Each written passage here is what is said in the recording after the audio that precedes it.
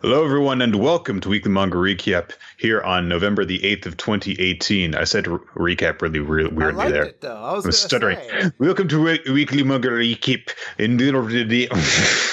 don't even know what accent that was. It started off kind of Irish, and then it went somewhere else. For a moment, that was a boss-ass Porky Pig. For a hot moment. I can't do a good Porky Pig. No one can. Welcome to us talking about the Japanese comics. Have you ever watched the video where the guy who does the voice of Porky Pig explains how he does it, and at the end he's like, and it's fucking impossible, and that's why I'm always going to get paid. Yeah, I've got job security for life because nobody else can talk like that. Yeah.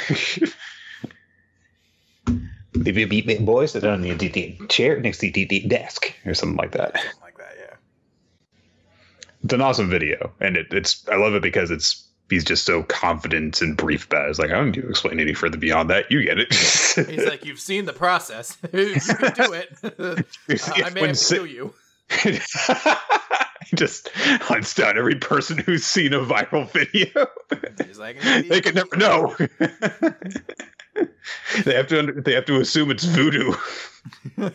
Oh, he's just smear campaigning when he goes into Disney or the Warner Brothers. Like, I think I can do a good Porky Pig, and he like runs. He's like, no, that guy does voodoo. I've been eating that guy does voodoo.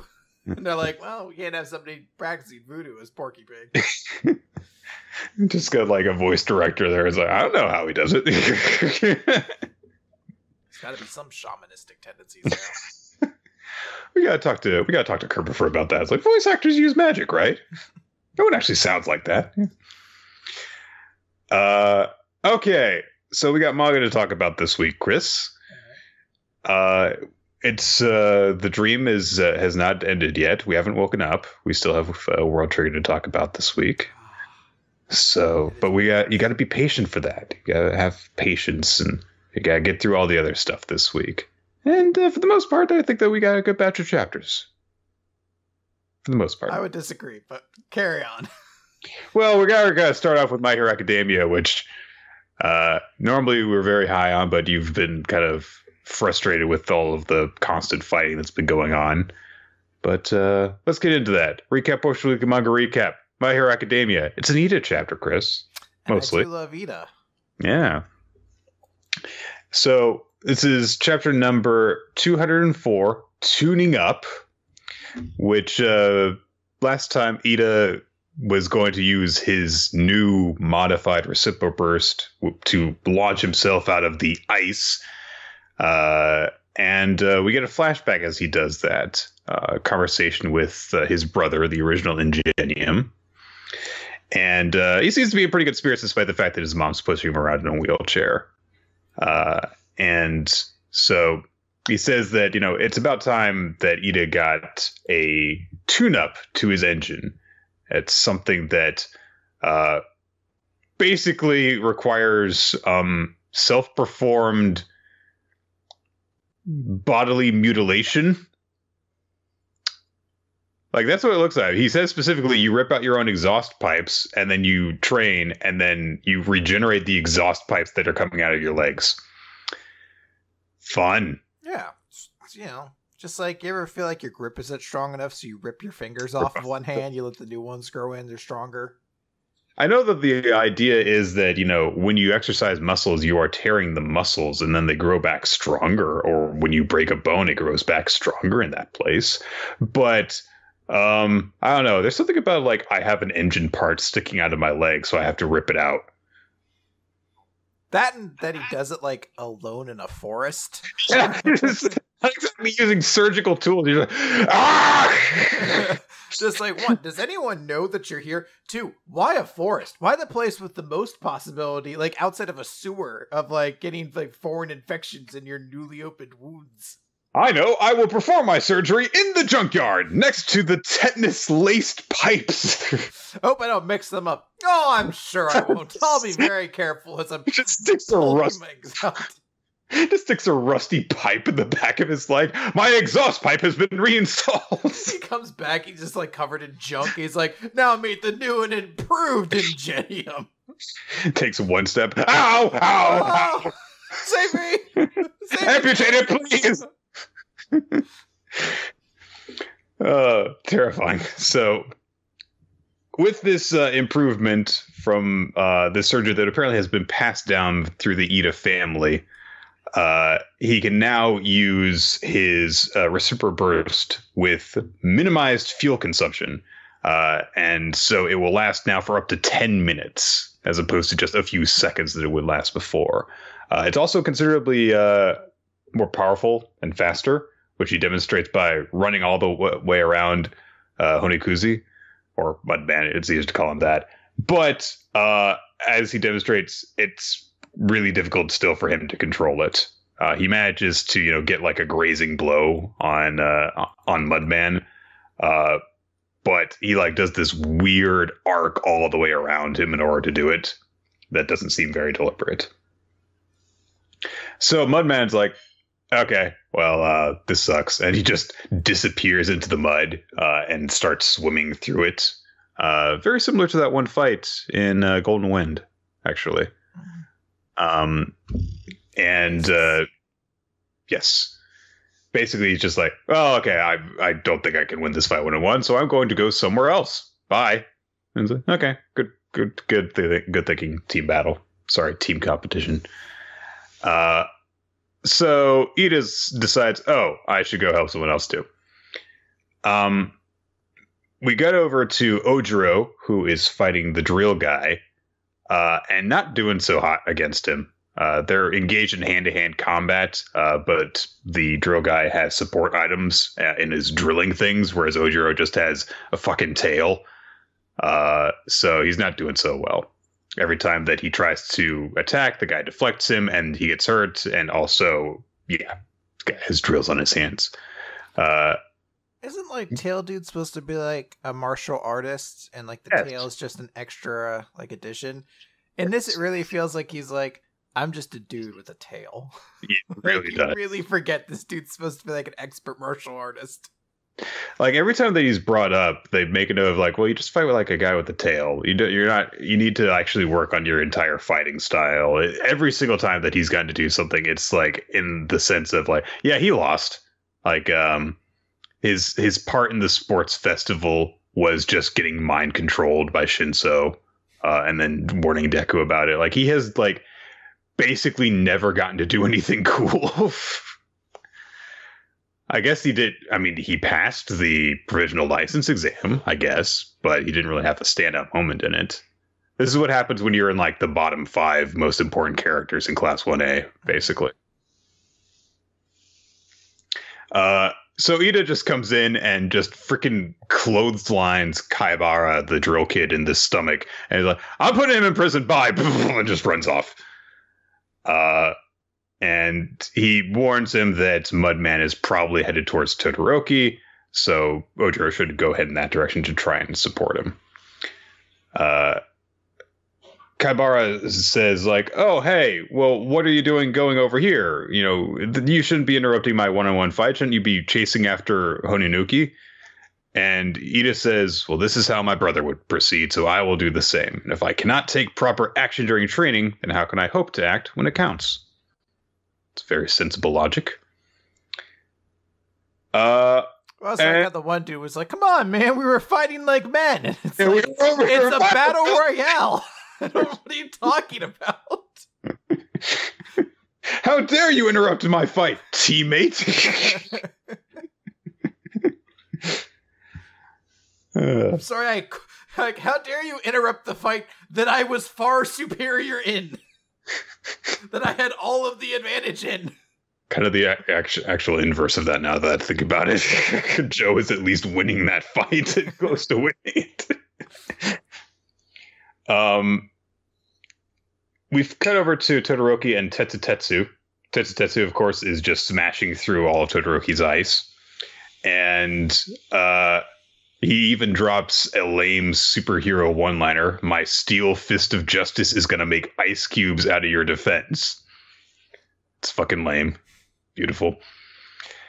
So Todoroki's like, all right, well, maybe I should try this instead. And he just unleashes a giant wall of flames instead, which does have effects on the rest of the battlefield because both Tsunotori and, Shoji are right there. So Todoroki's like, all right, this should buy me a little bit of distance so that this guy doesn't keep trying to punch me in the face. And Tetsu just walks through the fire, and it looks pretty badass, I think, because he looks like a horrible supervillain just coming out of the fire like a goddamn demon. He's like, this is what I did. I hardened my iron like metal in a furnace, and so fire doesn't really affect me. Fuck you. I mean, that's nonsense. Fire is intrinsically one of Steel type's big weaknesses. Without it, it'd be too strong, Yes. Tetsu's balance is fucking whack. It's like that one episode of Pokemon before the Johto games came out, where there's the Crystal Onyx. And it's like, it's immune to water. This is bullshit. It's like, oh, we have to use fire against it. It's like, are you sure that's not a Steelix? No. They're like, no, it's different. It's crystal, not metal. It's like, there's a whole bunch of those. And like, especially the early seasons of Pokemon, where they like have things that are just like, oh, we've never seen like Clefairy. We think they all come from the moon. And I'm like, motherfucker, they're Pokedexes. Like, you should know what everything is about these things. Or like the Dragonite shows up outside the lighthouse. He's like, you're a new Pokemon. I was like, bro, look at that silhouette, dude. That's clearly a Dragonite. It's big. I don't know what you want me to tell you though. It's just a really big Dragonite. Yeah. This must be a new undiscovered Pokemon. I think he was British or something like that. That was the scientist, right? Yeah. I don't even think it was Bill. It was it was some dude from a lighthouse. And I remember it was a big deal. He's like, and we think there's Pokemon from all over. And I'm like, dude, have you ever gotten on a plane? If you go to another place, you're going to see like 30 new Pokemon before you get off the plane, dude. It's ridiculous. They're everywhere now. Can you imagine just like being an adult in the Pokemon world and you've led not even a long life, like as old as we are now. So we're 3 times older than these kids heading on their Pokemon journeys. And it's like, there's a fucking Kangaskhan herd over there, some Tauros. Yeah. And then the kid next to you has got his Pokedex out. Wild new Pokemon! It was like, I always get on the plane next to the fucking idiot. And then it was Bill. Huh. It was just a really weird version of Bill. I remember it was like, instead of being, put through the teleporter with the Kabuto or whatever it was, he was just wearing a costume. Yeah, that's right. Yeah. You need to be like released from it. And then the kid looks at you and is like, we made eye contact, so we have to battle. I just want to go. Plane? I just want to go to sleep, you little asshole. Let's battle now! Go! There's plenty of room here! Go! Waylord! You cocksucker! This kills 5 people.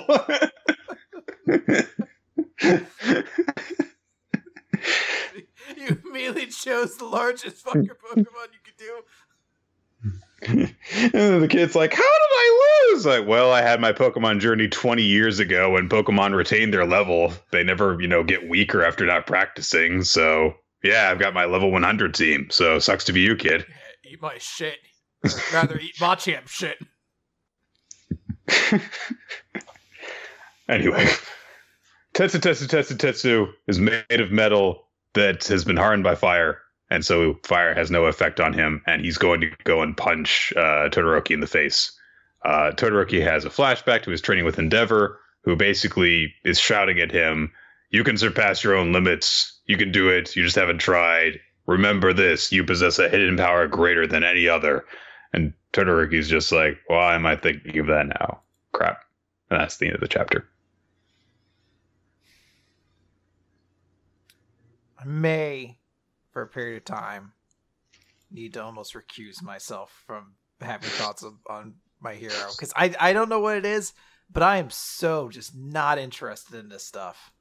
And it's a shame because it's Ingenium, like, getting to do something, and I'm, like, excited for that. And I'm just like, oh, right, he's fighting a dude who looks exactly like Sero, who's already a character I don't give any fucks about when it comes to Class 1A. And then there's just, I don't know, there's a dude. It's just a dude and he spins a lot. And I'm like, this dude's a big deal. And then I don't know. He has drills that pierce the heavens, Chris. Yeah, and then it's like a girl who's almost exclusively going to be used to like have porn drawn of her, and then Tetsu, which I'm kind of excited about, but like I don't know, I'm just not feeling it for some reason. I do understand your frustration with this because it was fun when we had the Shinso fight, and then the Yayorozu team, it was not as good as the previous one.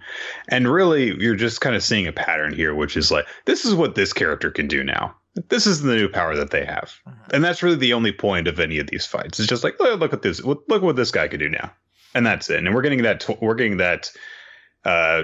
We've been getting that twice, basically, in each of these fights. The first one had Shinso's new vocoder mask thing, and then Tsuyu used her slime ability. Then in the second one, there was Yayorozu and Tokoyami. And this one, it's Ida and Todoroki. And presumably, there's going to be like, I don't know, Uraraka and Deku, and then there's Bakugo and someone else. I don't know who, but, and yeah, it's just, it's like, okay, 2 people in Class 1A get to show off, and that's basically it. Then either they win or they lose. And that's all that really happens. I think it would be more interesting is because I do get the value in being able to be like, hey, here's Ingenium's new technique. Here's what Tokoyami can do now. But they always kind of like don't really get to do anything that cool in doing it. Like Tokoyami kind of revealed his new thing and then kind of just got stalled out and like beaten through attrition, essentially. Like he didn't get to do anything super cool. It'd be nice if they had these power-ups in like a fight against like a throwaway group of villains or something like that. Or something along those lines. So you can have these guys like use their power and it's like, fuck, that's cool. And then they win.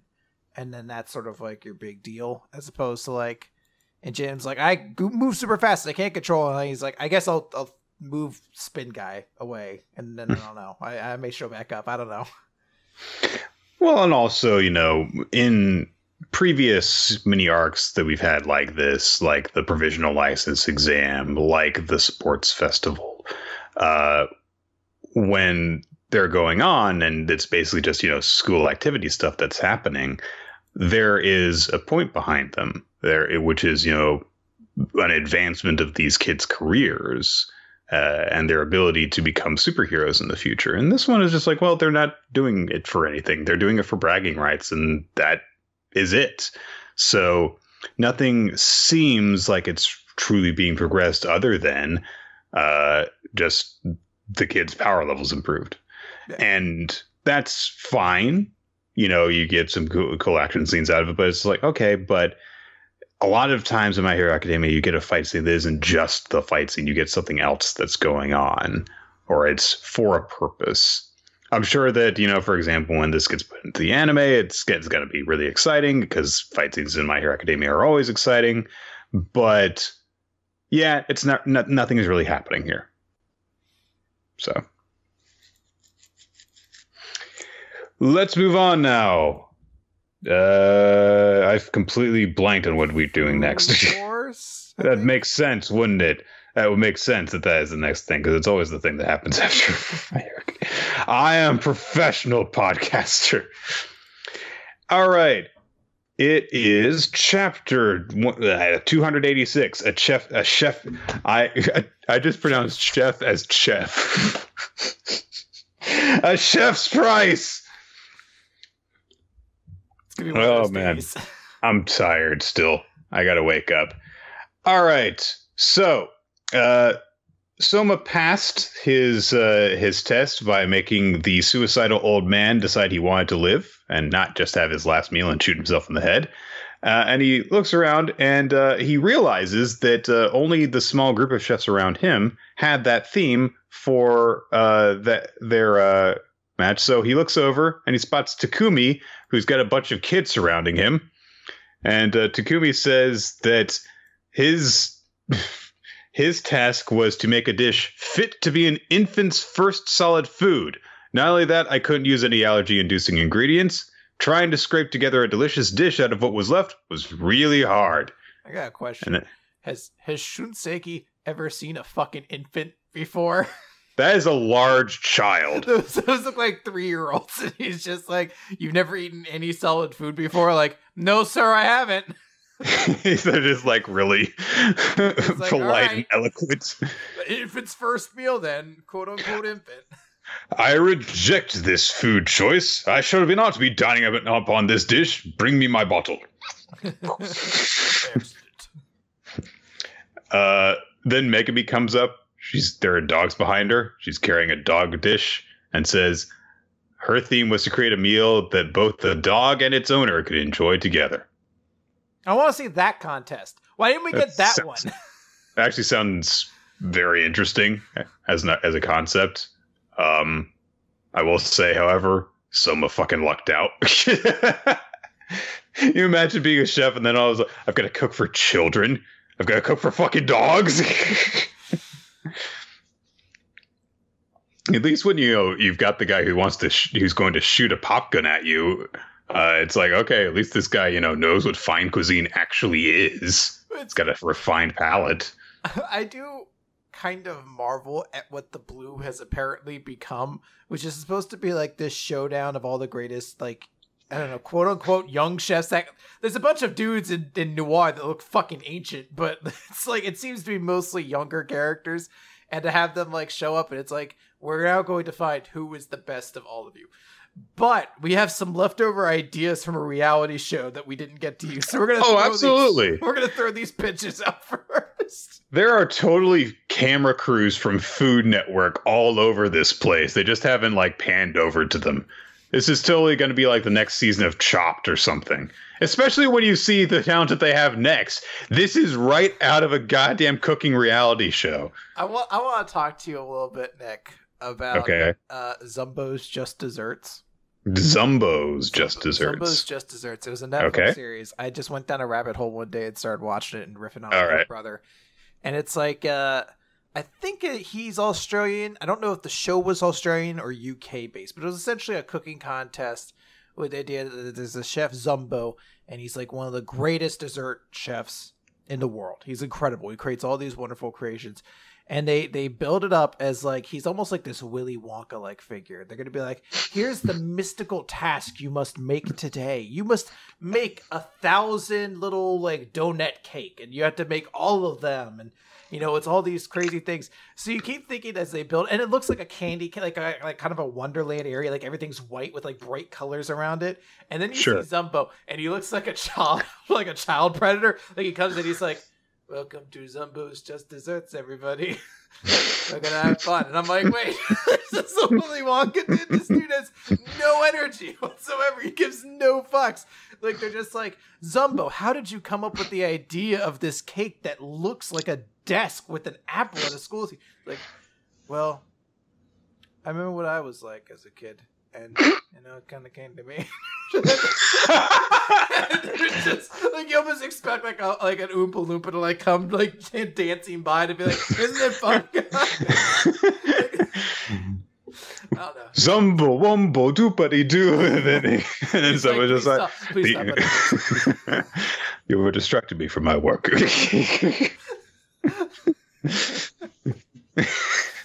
right. That's my tangent to go on. The Oompa Loompas come in and start singing, and he's just like, this is very racist. He's like, I don't feel like creating now.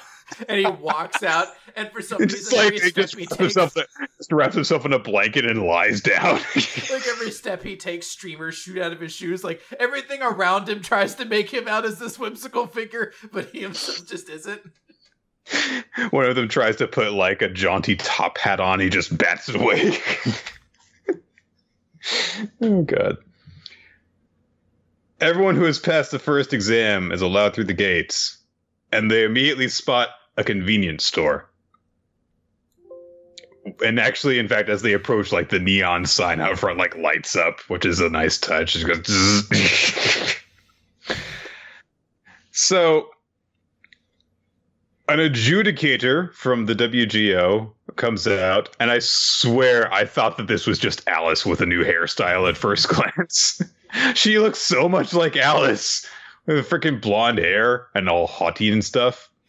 And so she's she's just an asshole, just starts barking orders at people. We're introduced to her as Rantabi. And so she's like, all right, everyone pay fucking attention. I'm going to only say this goddamn thing once. Here are your instructions.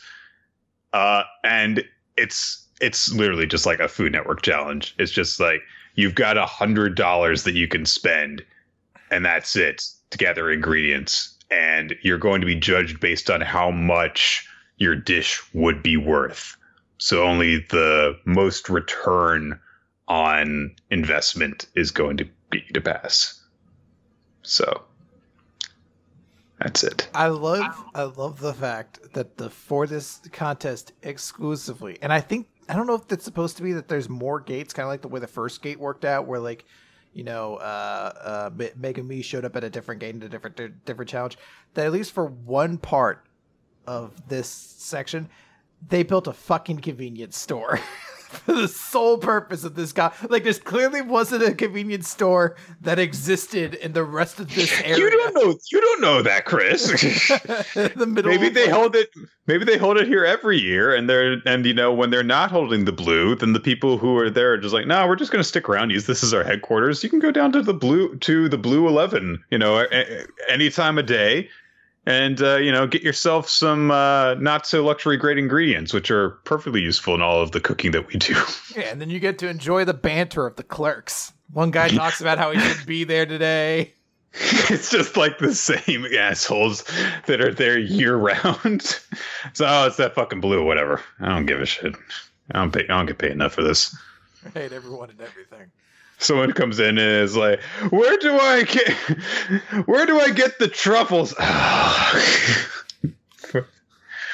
You mean Lindell truffles? We have 3 of them for $0.25 in a bin up here. I think they came in during one of the Bush administrations. I'm not sure which one. Look, what kind of cigarettes do you want, okay? I've seen every season of Hell's Kitchen. There's nothing to do for the other 364 days of the year that they're not holding this competition. I've got a lot of free time, and you are taking that away from me. So I've seen every season of Hell's Kitchen. Do you know how much they fucking smoke during cooking competitions? It's hideous. So,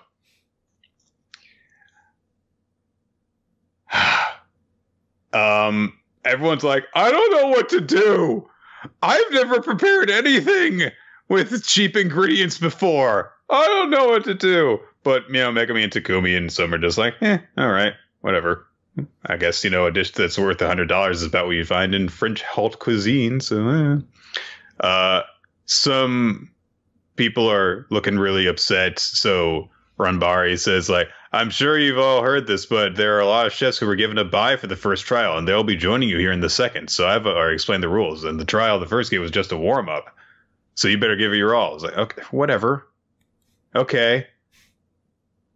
Every single time it was like, oh, that was just a warm-up. This is where it gets really serious. Every single time something happens. Anyway, someone's wearing an ascot, Chris. It's Tsukasa. Only one idiot would do that. Oh, it's Freddy from Scooby-Doo. Okay. So, yeah. What's up, gang?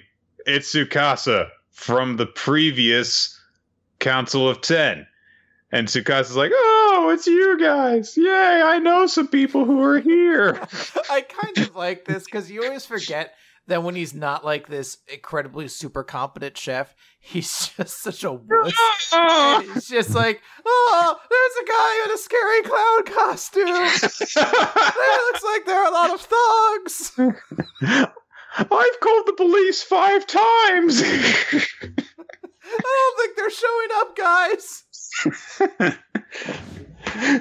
It's like the Shishoku Keiki no Soma equivalent of just calling the cops on black people when you're a scared white person. There's a clown here. It's like, sir, we can't answer an emergency just because you saw a clown. They're all over the cooking underworld. We can't do anything about it. Yeah, like you just tell me, like, I'm at the Blue and there's a clown there. They're like, a lot of weird stuff's gonna happen at Blue, sir. We can't respond to all of it.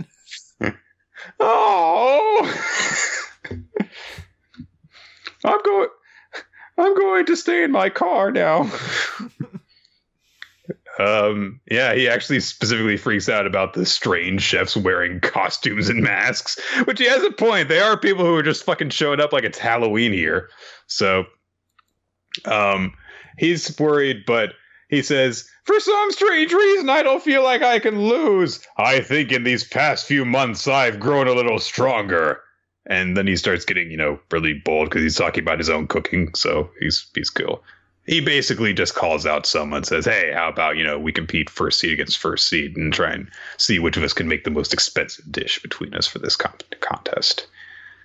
So, okay. I mean, this is obviously, not the primary goal that someone has. It's probably going to be more like that way early back when he competed against Takumi. When they were just both trying to pass, but they're like, oh, I'm going to make the better dish. No, fuck you.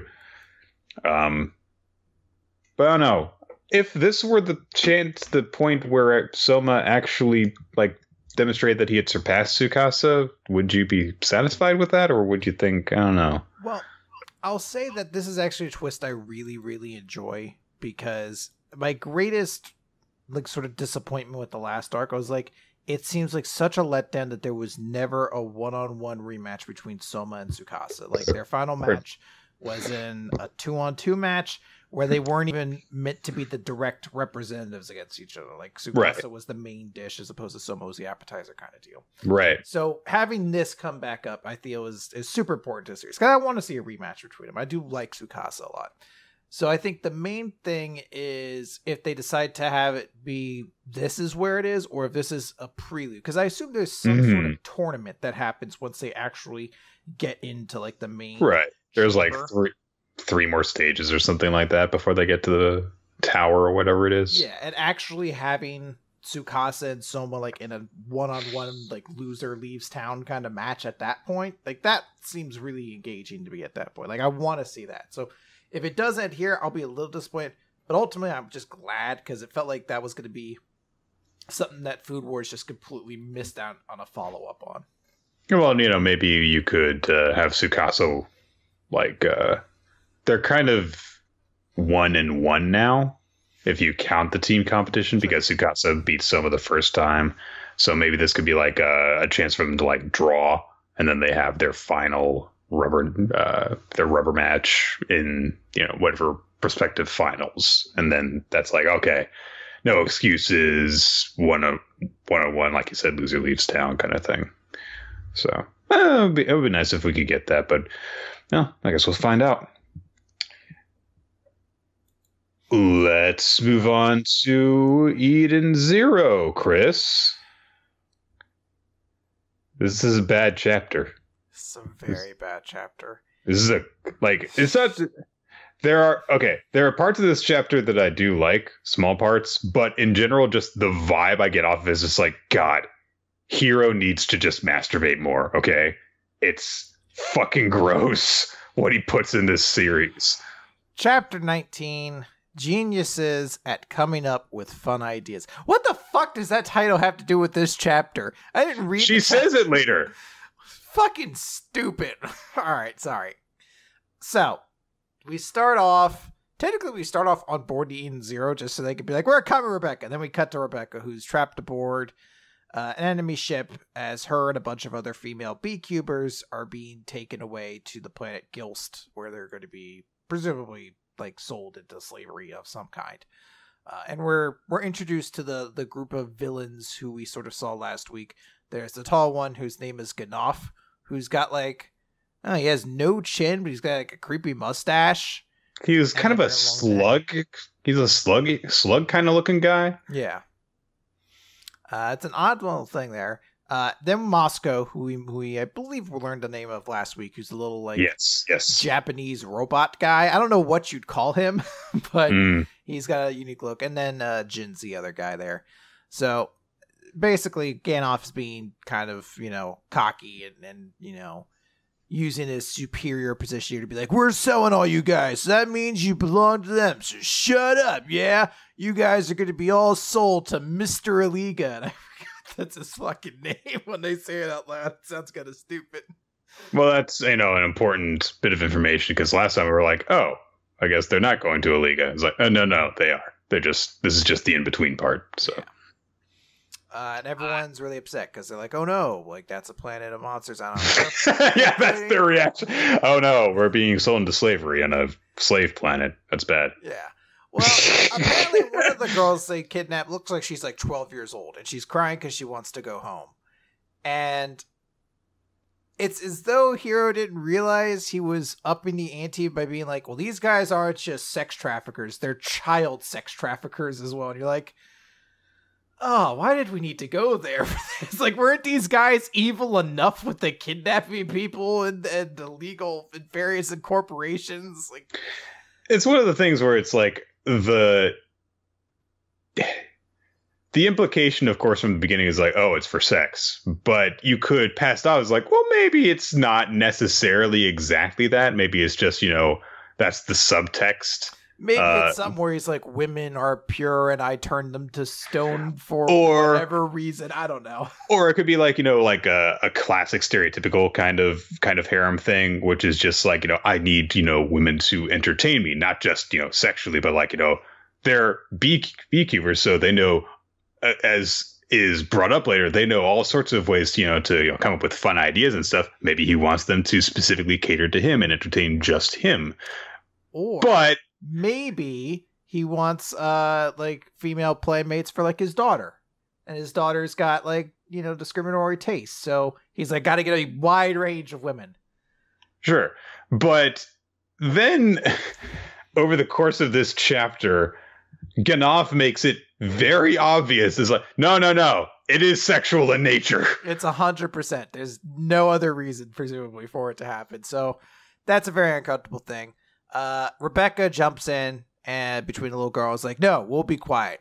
And she does it with like very defiant eyes. So the guy's like, I'm going to use my rope app to tighten the ropes on your body. And he does that. And she falls to the ground because she's selling women into sexual slavery. There's an app for that. And Rebecca, as she's on the ground, rightly begins thinking of a potential B-Cube video she can make of this that would, quote, get her a decent amount of views, but might not be appropriate for a target audience. And I'm like, one, you would probably get a shit ton of views for it, but you'd not be uploading that to YouTube or B-Cube. The only thing that I can think of is that I guess she is doing this to just kind of put on a tough facade, pass it off like that. Whatever, you're not going to, break me kind of thing. But it does, because there is no like actual, it's not obvious that is the case. You kind of have to read into it in order to make that conclusion. I have to assume, no, she literally is just that obsessed with fame. Yeah, because she's already talking about, she's like, I'd lure them in with the thumbnail. Jin grabs the app and turns it off. He's like, stop it, you'll damage the merchandise. And, I forget, Handoff, I think is his name. I can't remember anymore. Like admonishes him. He's like, hey, you couldn't even catch a girl, so how do you order me around? He's like, I was interfered by someone with a man using a gravity air gear. Ether gear, whatever. Fucking nonsense. And then another unnecessary thing. They shit on Moscow because the girl he got is a bigger girl. And they're like, ew, fat chicks. And he's like, basically, I think she's cute. And that's supposed to be the joke. And you're like,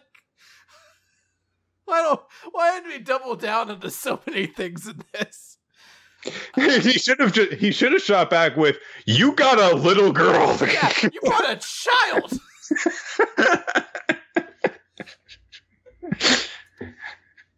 So essentially they all leave because they're like, yeah, well, enjoy, being slaves, bye.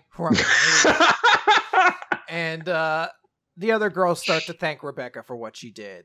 And they're all like, yeah. And Rebecca's like, oh, I know all you guys. You're great. And they're like, huh? What do you mean? And she's like, oh, BQ. But they're like, oh, I'm sorry. I had no idea.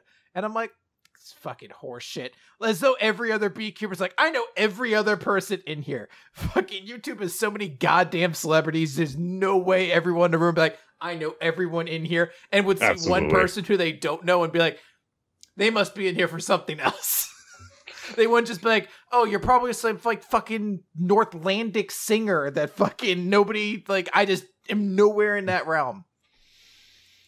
Anyway, Rebecca's like, we should get out of here. Let's break out, working together. And a girl with a bunch of tattoos is like, that's not possible. And again, it's someone Rebecca recognizes and is just like, no one's ever made it to Gilston, made it back alive. It's over. Your life is over. And Rebecca's like, no, my life can't be over because I'm going to leave the Sakura cosmos and my life's just getting started. And we're all geniuses, so I'm sure we can come up with a way to escape. And okay, this is the part of the chapter that I actually have the most problem with, or would have had the most problem with, if not for the very obvious, like, you're going to be raped for the rest of your life, stuff that Ganoff is saying. So it lists their channel subscribers here. Mm-hmm. This makes no sense, Chris. So everyone has a bunch of channel subscribers except for Rebecca, who's only got 105 subscribers. And I'm like, that's fucking ridiculous. You can make anything and get 105 bots at least. But everyone else here, there's a wide range of people starting as low as 360,000 to all the way up to 1,930,000. Nick, she's a huge B-cuber. Look at those numbers. That's a huge number. She has the capacity to reach an entire galaxy of viewers. And none of them crack 2 million? Are you fucking shitting me? How has Iliga heard about any of these people?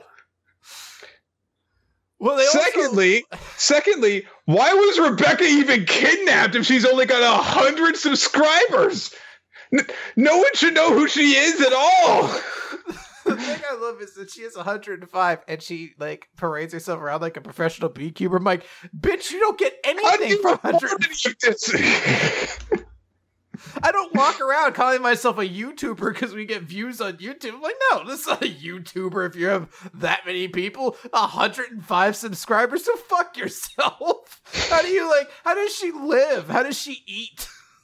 How does she have a spaceship? How can she afford to go on next? I know what'll be fun if I go to this planet exclusively of robots. How can you afford that? What bullshit? She didn't have a job before this. What bullshit videos is she putting up that only 105 people have bothered subscribing at this point? She must have Patreon like mad. Like, it's only 100 people, but yeah, they each donate $1,000 a month. Jesus Christ. Hero does not understand scale. I just love that just about 2 million is the top of 2 million.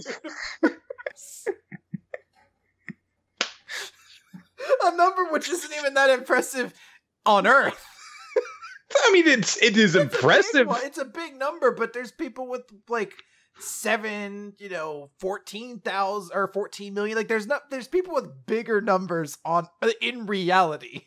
Like, even if you just like look at the planet that they're currently on, you get the impression that it is like not sparsely populated. It seems to be crowded with people in typical sci-fi fashion. So that right there, you should have a population greater than Earth. B-Cube apparently reaches an intergalactic audience. It should be reaching potentially trillions of people.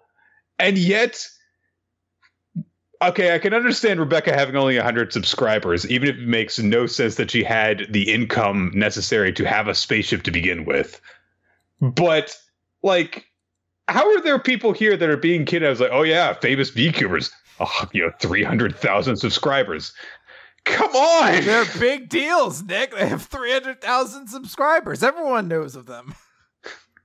No, there are plenty of YouTubers that have, 360,000 subscribers that no one would ever have heard of. Like people. I'm not going to shit on people. It's like, oh, you've only got 100. No, I understand. Like that is a considerable achievement. I've seen. There are people who have worked very hard to crack whatever milestone that they have reached in order to do that. But freaking, if you're supposed to act like, oh yeah, these are the most famous people around, Rebecca knows all of these people, then they should be reaching more people than this. That's it. It's that notion of there's so many, I don't know if you want to call them communities, but just topics that people like wouldn't think of, but you're like, oh yeah, somebody probably is like the big, like woodworking. We talk about it all the time, like the woodworkers. Like there's a big deal woodworking YouTuber, I'm sure, and they probably have a shit ton of subscribers. And you're just like, but if you pull them out of that, you just put them in a room with every other famous YouTuber. Apparently, no one's gonna be like, that's John like John Woodsman, the woodworker. Everyone's like, I know him. I know. I remember very distinctly that I had when we went to that MagFest. And it was all the people from Tig with Tig were, the first one where there were like 25 people from the site there. It was crazy. People were crowding into it. Everyone knew basically everyone who was on the panel and stuff, except me, because, whatever. But then I walked outside after it was all over. And I run into a person who was like, what happened in here? I was like, oh, it was that guy with glasses panel. He was like, oh, I never heard of that site. Because that's how it works. Like, oh, there's so much of that. There's no possible way that you could ever know everybody out there producing content. But that's neither here nor there. There's still a good chunk to this chapter to get to. So yeah. Let's push on for a moment here. So we cut back to the Eden Zero. And they're flying by. They're going after Rebecca. And Pino is like, Lady Witch, can you fix Master Happy? And she's like, no. I mean, he's not dying, but no. But she specifically notes, if Sister were here, Sister is the life of Eden's. And she notes, like, yeah, she's the only one with the power to heal, and she's responsible for repairing all the injured vehicles or machines. I am the shield of Eden, so my job is to defend the ship. And then there's also the sword of Eden's, Valkyrie, and the mind of Eden's, Hermit. And then she notes, you are the next generation. It may be that you will become the light of Eden's. And Pino's like, the light? The light. The light. Then they're interrupted because Weiss shows up with the pot leaf kimono lady from before. Yes. And Weiss is in a spiffy new outfit. And I've also joined the crew of Astra. And the woman that he is with, that is with him rather, is Hamora. And she says, I am Hamora. I am not your enemy. And the witch is just like, hey, Demon King, you want me to get rid of these trespassers?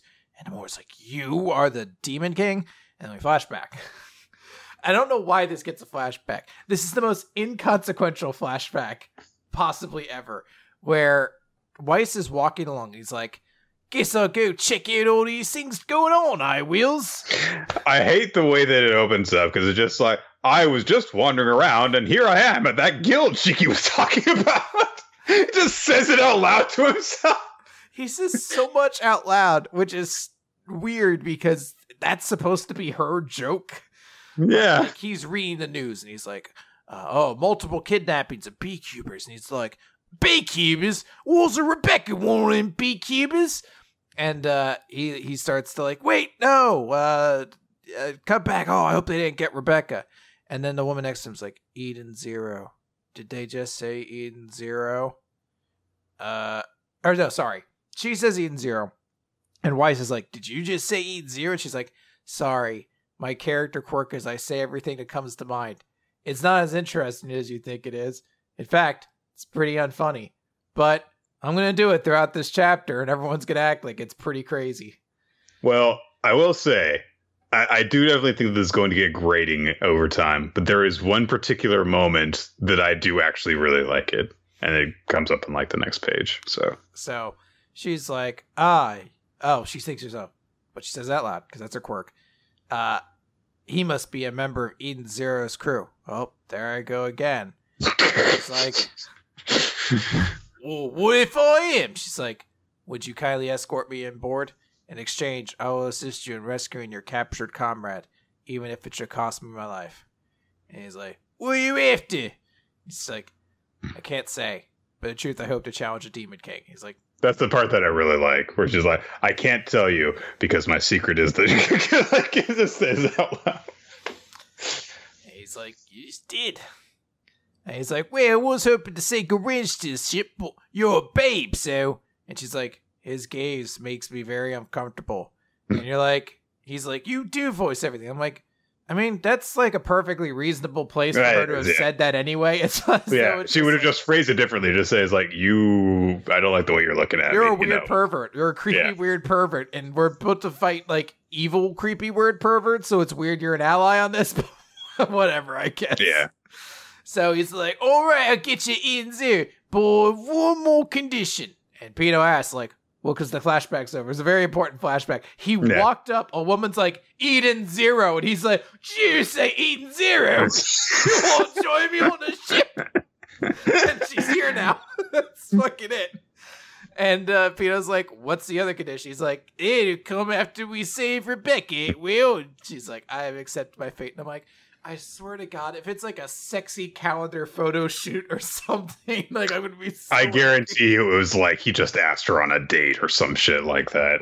Some nonsense.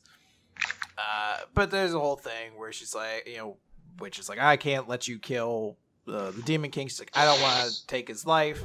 And my goal is secondary for right now. I want to rescue your comrade. And they're like, oh, well, that's cool. But, it's going to be pretty dangerous. I don't know. And she's like, from a tender age, have been honing the power of my ether gear. Shing! And look at my panties. And everyone's like, "What is crazy?" I don't know why in my mind, Weiss didn't ever ask about like, "Can you handle yourself?" So he's shocked too. He's just like. Like, I imagine you're just like, all right, team, we need to get inside. Terrorists are holding the hostages at 5-point bullet point. I brought Giselle Bundchen along. She's going to help. And so she pulls out a rifle. He's like, you can shoot things. You can actually help. Hey, what did you bring her along with if you didn't know she could fight? Oh, God. Right, we cut back to Gilst. They're chained up now, and they're leading them across the planet. And we see like a young girl's like, help! And then she falls to the ground. And they're like, must have escaped from the underground gang. Well, don't want to end up like her? Don't worry, Mr. Liga's a nice guy. He's gonna give you a tip. When he tells you something, always answer, yes, sir. Then shake that booty and kneel like a good little girl. That's where the chapter ends. That's the end of the chapter. It's the creepiest goddamn thing. This series is fucking gross, okay? Like we've been kind of banging on it for the last few weeks as it happens more and more, but this was just like, oh, come on, dude. It's cheap, Like, I know that it's meant to gross you out, but it's like going this far with it is just like, oh, come on, dude. You don't need to do that. It goes a level beyond it because it's not even meant to, it would be one thing if it was just meant to gross us out, but it's almost 100% guaranteed that Hiro enjoys it and finds it sexy. And I don't necessarily have a problem with that. Like, use your, fiction mind, whatever you want to do, whatever. But it's when you portray it like this and you're like, I bet you find it sexy too. And I'm like, even if I did, this is not the time nor place for this. Like, I don't know what you need. Like, what are you going for at this point? Well, the series that we are currently working on reading is Goblin Slayer, and the anime that's out for it is controversial because it raises up the idea of rape and stuff, and it's one of those things where it's like you can argue is like, oh no, it's meant to be dramatic when all the rape happens and stuff. It's like, yeah, well then why is it portrayed as titillating? Why you keep on focusing on these shots of these women being raped in a way that's meant to specifically be appealing and stuff. This is the anime specifically. I'm just talking about the conversation that has happened as a result of it. It's like you can't have your cake and eat it too, sort of thing. You can either portray this as a very unpleasant thing, or you can do it, for just like the pure just sex appeal of it. But doing the latter while saying, oh no, it's much more tasteful than that. This is for purpose doing nothing to discourage all the people who are, getting their dicks out over it it just makes it all the grosser than if you just did it for pure sex appeal to begin with. One of the issues I have with this, and I don't want to go on too long because I know we have a lot of this series, but I just find it like you create an evil villain group and you're like, how do we make them evil? Oh no, they kidnap women to sell them into sex slavery. And you're like, okay, that's a very evil thing. And they're creepy perverts. Like, and you're like, okay, fine. That's an undesirable thing. But then like you have the heroes show up and like one of the big hero and one is a creepy pervert. It's like a creepy pervert. And then it's this girl who is used for like weird moments of kind of sex appeal at points. You're just like, it's just a weirdly uncomfortable kind of thing where you're just like, I don't know, why is this guy much better? Like, I know why. I know that he's also not in this group kidnapping women, but you're just like, it's not a great look when he's part of your team too. And he's just like, oh, I can't wait till we finish this mission and I get to mow your lawn or whatever bullshit weird thing he decided to like make the condition of all of this. I don't know. Like when in the previous arc he was joking about taking pictures of Rebecca compromised so that he could sell them. You're just like, he's not that much better of the guy. Yeah, it's one of those things that also, does nothing to actually, make young men understand like what is unacceptable behavior. It was like, oh no, he's not really bad. He's not selling them into sexual slavery. See, it's fine to behave that way. It's like, no, it's not. They're both unacceptable. It like, normalizes this idea of like, you can be shameless and sleazy just as long as you aren't sex trafficking. Yeah. Yeah. Drawing comparisons like that is harmful. So anyway, speaking of weird sexual fan service, I think that's leading us into question 86 of We Never Learn. Yes. The Star of Ultimate Love and the Name of X Part 2. It's basically starting to sound like a World Trigger to My Heart backdoor chapter. So we start with Yuiga coming home, and his little sister is like, welcome home, Big Brug. Big Brug. Big Brug. Whatever. Would you like dinner first or your bath? And she's so busy like being cutesy that she's like got her eyes closed the whole time. And she's like, would you like? And he's just like, oh, hey, Firmino. And she's like, what? And I don't know if she's so angry or if cosmically the universe had it happen where her fucking soup spoon bends over in anger. It's called a ladle, Chris. I couldn't tell from here. I couldn't remember if it was a ladle or a soup spoon. It looked like a big spoon. Whatever. Anyways, like we flash cut to them having dinner, and the big thing is that Yuika's mom's just like, well, I understand the situation, and I'm sure your family has its own educational values, and I don't want to take sides, but I won't ever let our sweet Fumi-chan be treated this way. You have my consent. You're welcome into our home until your father calms down. And that's the thing. Like they're like, yep, that works. So flash cut then to Fumito in the bath. And she's like, wow, this is crazy. I can't let, Ogata and Ruka hear about this. And then we realize that she's sharing the bath with Yuiga's little sister. And she's like, why are you bathing with me? She's like, because we're poor and this conserves water, you fucking princess. Then the little sister's like, I feel bad for you, though. Because my big brother's a big boob man. And I'm like, that's a weird thing to say as a little sister. The joke is always the joke that has always been the cheese a brocon. So yeah. But Firmino kind of denies it. She's like, no, there's no need to worry because your brother and I will never be involved like that. And she's thinking of Ogata and Haruka in that moment. And I still kind of do really dig this angle they're going with here. I'll be curious to see where that eventually leads to. Then there's like a bunch of old small stuff. Like she's wearing Yuiga's clothes because they're the only clothes that could fit her. Because I guess it's solely because her, like the little sister's chest is too big. I don't know if it's because she's supposed to be that much smaller. You'd assume that wouldn't matter, but I think it's a matter of like she's also shorter. Yeah, it still feels like that. I don't know. They're like brushing at the sink and like washing their face, and Yuiga just like, kind of feels like we're newlyweds, and she's like, why would you say that? And he's like, oh, I don't know. Oh God, and I'm using the same toothbrush you just used. Is this like an indirect kiss? She's like, stop talking about this. All right. They're studying then afterwards, and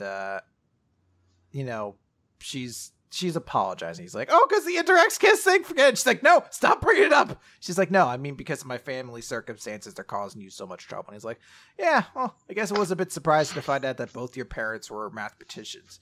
And she notes that, in particular, her mom was considered a genius of mathematicians. They said she had the potential to solve the Millennium Prize math problems and everything like that. So it was a really big tragedy when they died. And they go to her funeral where it shows the father over her casket talking about, like, you could have changed the world. Why did you die, leaving me, a mere ordinary human? And then cut over to little Firmino, who looks like she's like 8 years old at most, being like, Daddy, look, I did a good job in my math homework. And he smacks her and you're just like, Jesus. Well, you look, it's freaking heartbreaking because, like, you look at it and it's like she's, answered like every question wrong, and he just slaps her fucking across the face. It's like, oh, you poor girl. It's so brutal. This is a nice touch I kind of like, though, is we see that she's wounded on a cheek, and then we cut to the next scene, and that same cheek is the one she's resting on Uego with. It's a little cute touch. And she's like, oh my God, we're super late. Everyone's going to be super weirded out if they see us coming in late together. And like, well, we could just explain the situation, can't we? No, we can't. Well, she doesn't want anyone to know that she's staying with him. So no, I totally get it. There's this whole thing there where they're changing in between, like they're in a women's locker room and they're changing in between like PE class, and Iruka's like, hey, weren't you wearing that camisole yesterday? She's like, no, it's similar. It's very similar. And she's like, hey, you smell different too. Did you change your shampoo? She's like, no. And Iruka's like, I really like this shampoo. What's it called? And she's like, fuck off. I actually do like that detail. It was like, of course, Fumino had to use Yuiga's shampoo. So Iruka's like, oh, you smell like something I really like. So, yeah. So they go to Fumino's place to actually get some stuff so she doesn't have to wear Yuiga's old clothes. And he's like strapped up like a mule. Like he's got like bags over bags on top of him. And he's just like, do we really need more? And she's like, I mean, just a bit more. Like, I don't know what she's assuming. She's like, I might just like set up a small clothes shop inside your house too. And they're heading out, and he's like, we won't bump into your dad, will we? She's like, nah, he's almost never home this early. And, yeah. And Yuiga's like, hey, is this what you really want? She's like, well, I just don't want him to see my face right now. Besides, even living in the same house for the past 10 years, he's never looked me in the eyes ever since. And before they could do anything else, of course, the dad shows up. And he's like, I actually do like the detail because, the door goes, and so they look around and Fumino is like, ka-chack. It makes the sound effect. And the door opens, and of course, it's her dad. And he's just like, I thought I heard a sound, but I must have imagined it. And we see that I think they're inside of like some kind of like cabinet drawer. Yeah, because there's books on top of it. So it must be like some kind of cabinet kind of deal. They're inside, and Yuiga's thinking, he's like, isn't it way more sketchy if he finds us like this? And she's like, shut up. Why did they have to hide? It would be totally normal if you decided to move out for you to come back and grab some of your shit. Like, seriously. I feel like this chapter was kind of held back by the trappings sort of thing. It's like, oh yeah, we're just going to put a bunch of jokes in here because it's like, hey, there's a very dramatic scene right in the middle of this goddamn chapter of her father being so overcome with grief that he actually slaps his daughter and apparently hates her for the rest of her life. So maybe it's not, as important to make jokes about how Fumino's flatter than Yuiga's junior high age sister. Like, come on. Yeah, and I always applaud We Never Learned for going in more kind of serious routes with some of its characters and dealing with like more complex situations that we seem to get out of a lot of harem series. But it does, I guess, fall into that pitfall where it's like, hey, I am a comedy harem series, so every chapter I do need to throw the jokes in a little bit. Like, gotta put in that bath scene. Yeah, I mean, Gotta put in honestly, that changing scene. honestly, that doesn't bother me as much. But as you said, yeah, like when it's a chapter that's full of just full of like a really heavy emotional scene for Fumino like that, and you're just like, the next scene is just like in a girl's locker room as they're all changing. You're like, well, of course it would be. I do have to wonder if they're actually going to address the mistakes that Fumino made, because it's like, kids aren't just stupid. I have to assume that there is some sort of like internal logic that Fumino's mind was working on when she was answering her questions and stuff. I mean, it looks like a lot of them. I don't know how old she's supposed to be. So one of them is like 3 minus 10 minus 1, and she put 21. You could easily think like, oh, she thought 30 minus 10 plus 1. Plus 1, yeah. Something like that. I don't know if she's supposed to be like second grade or something like that. But yeah, I could see a second grader making that mistake or something like that. They're just not very like focused on math or whatever. But I don't know. It'd be weird if she's like, nope, that was me in 6th grade. Well, then there's also like 25 plus 2 equals 28. And it's like, how does that make sense? She just didn't do the math right. Like, just bad at counting. And, it's one of those things also that I do hope that they bring up is like, well, of course she didn't do any better at math. Her wonderful math professor teacher of a father told her not to try. Like, fuck you, Dad. Don't slap her across the face for doing her best. It does paint the dad in a weird light, too, where he's like crying over a thing like, you could have changed the world. Why did you leave me behind? I mean, it also makes it a little bit weird that he treats Ogata in the same way that he seems to have the same reverence for his late wife, but we're going to ignore that for now. It's going to be weird whenever they have their, coming together moment, isn't it? Because I can only assume that that's going to be what eventually happens. Like, or they make amends with each other. And it's like, you did some pretty heinous shit, dude. You better have like a really strong case for why you acted that way, dick. It'd be nice to see that since we're already seeing a story in Jump about like an abusive father trying to get like a change of heart, to be like, can we take some steps in that direction and realize like the one thing you can't do is immediately absolve them? But yeah, we shall see. Let's move over then to Dr. Stone. It's Z equals 81, fingertip. I can't be the only person who, at the start of this chapter, when Senku is like picking his ear out with his ring finger, looked at his bloody pinky and thought, did he actually cut it off? Oh, God. He did not, by the way. It's very clear from what happens later in the chapter.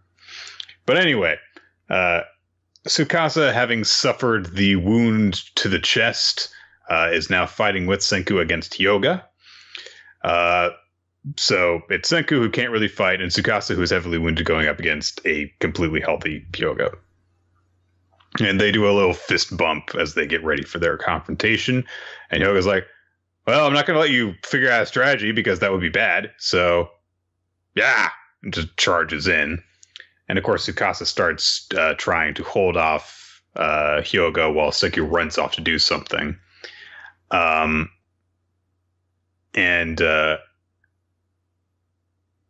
There's, just like some exchanges of blows between Tsukasa and Hyoga. And while that's happening, Senku has set up this gunpowder trail leading from himself over to Hyoga.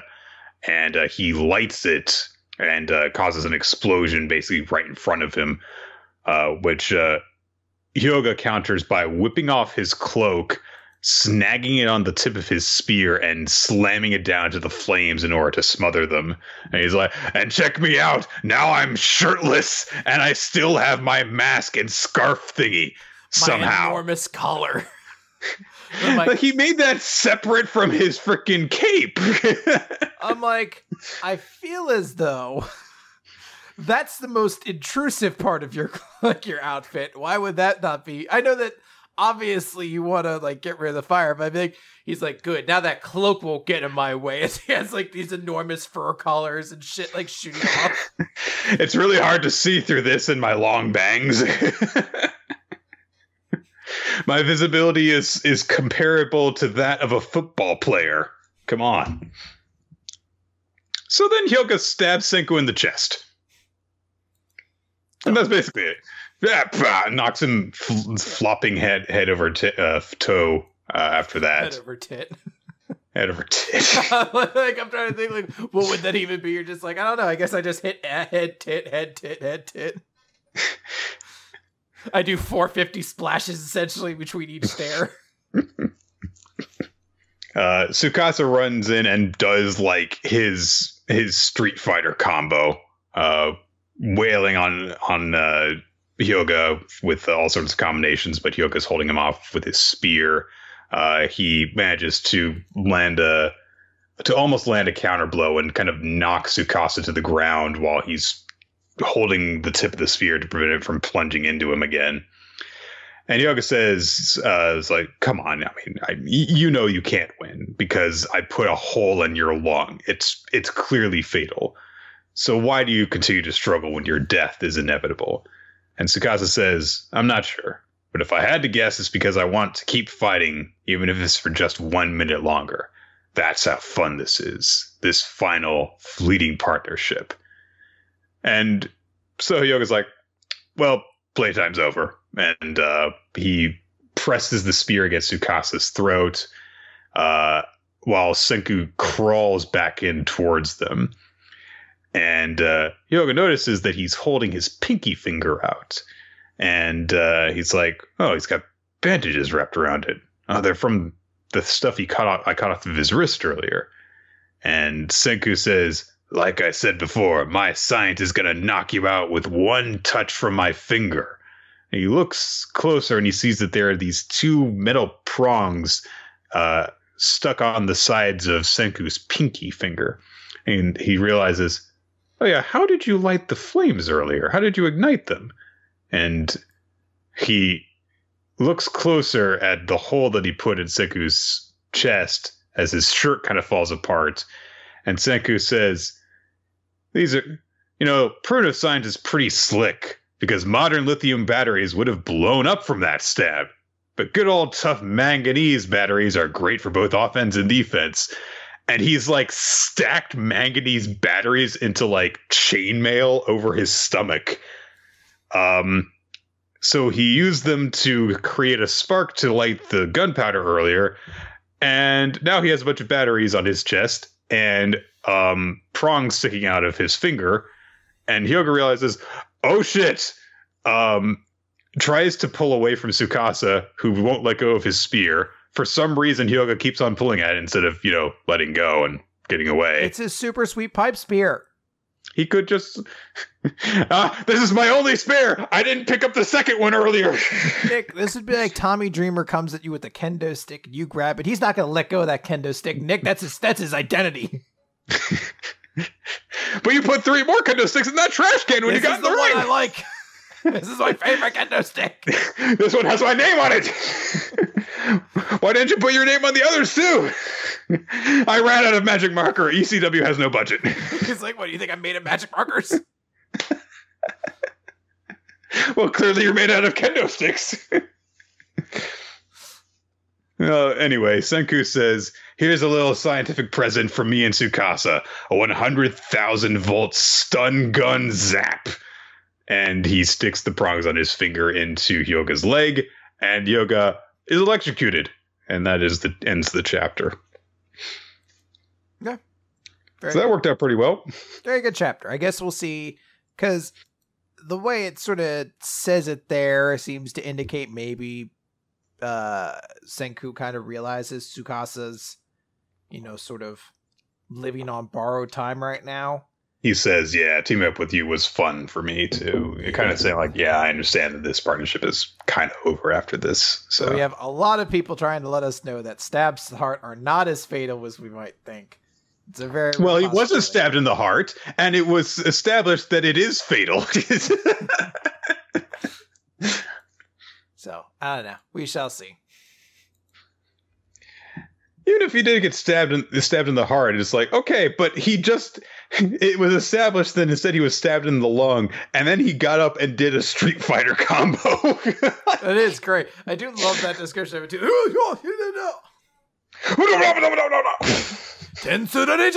Whatever fucking Ryu says when he spins around.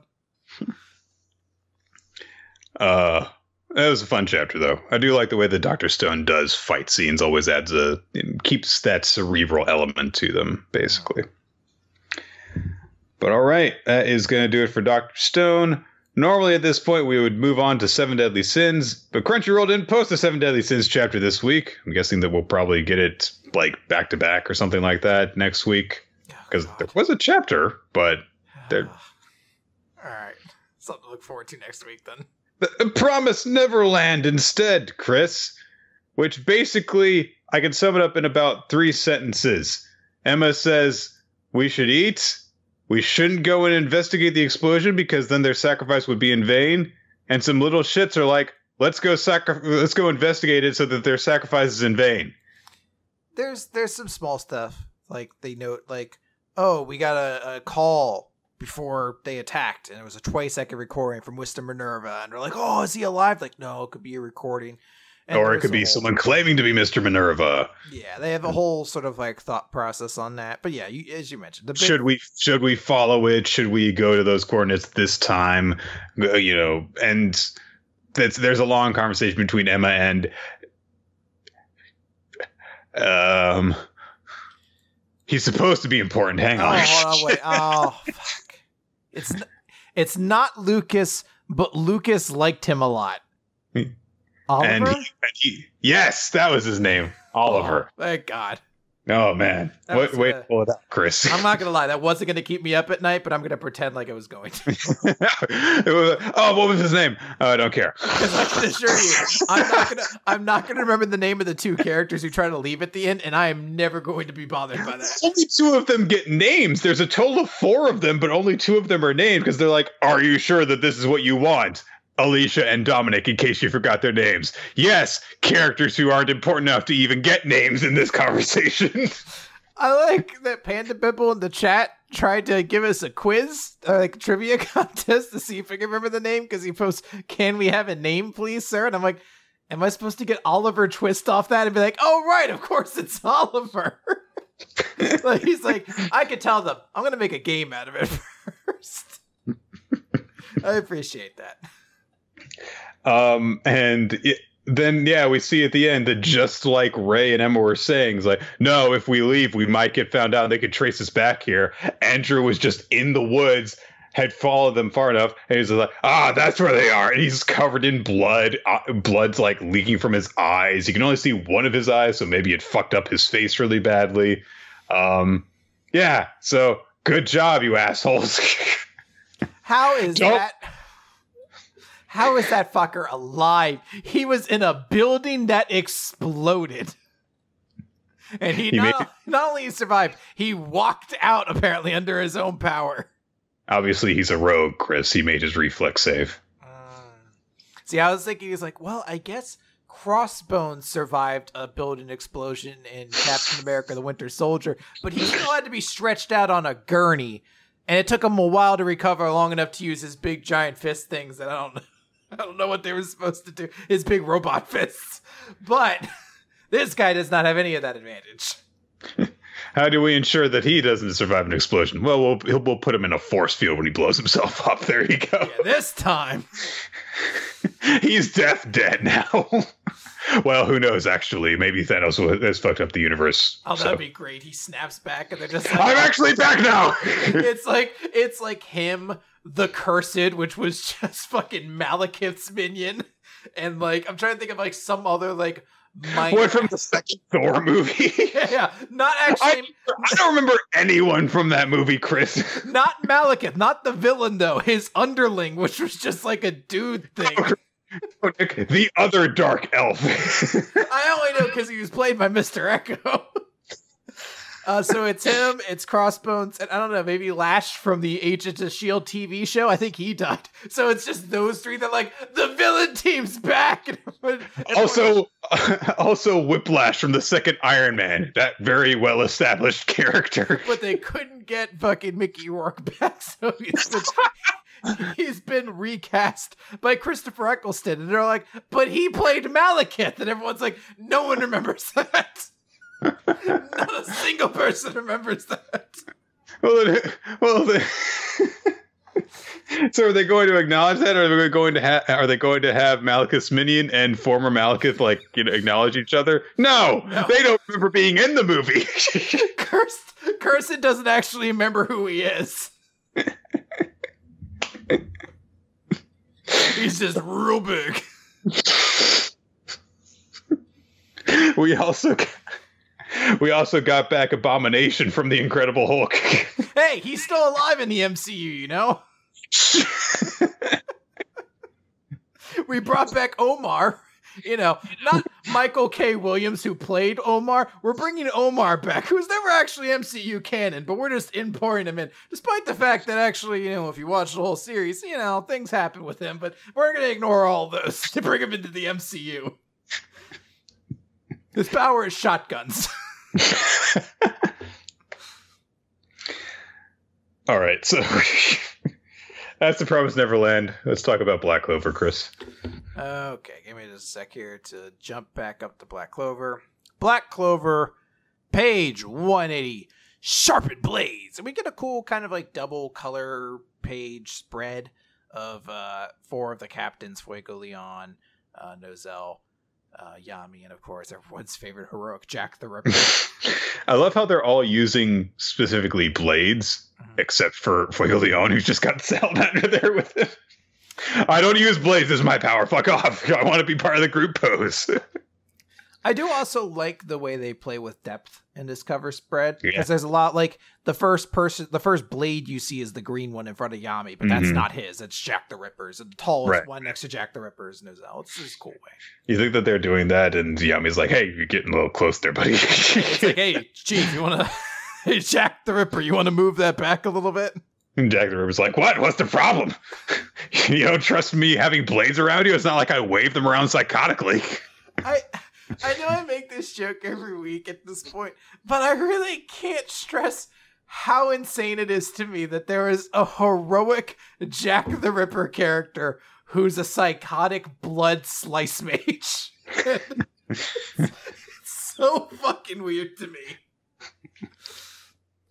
So, we start this week. We found out that Langris has his, like, ultra spatial shield on right now, so nothing to get through it. And Finral shows up and is like, "Hey, you guys get out of here." I guess that was Finral's dad, actually, who we saw before almost get eviscerated by that like big ground. But he survived. I don't know how that, which makes sense because he was using spatial magic to try and cancel it out, but he couldn't do it successfully. I just don't get how he's like how that piece of Earth is still floating there. Space magic, Chris. Yeah, I guess. So they're like, "Hey, we're gonna get you out of here." And then the one girl's like, "You come back alive, right?" He's like, "I will, and I'll bring Langris with me." And the king's really upset. Sorry, go ahead. It's so cool. The king's really upset. He's like, "Why didn't you evacuate me fast?" And then they set up a portal. He's like, "Fine, take your time, will you?" And Langris like cancels it, like uses his magic. He's like, "No, you just stay tight. I'm gonna shave you into little pieces."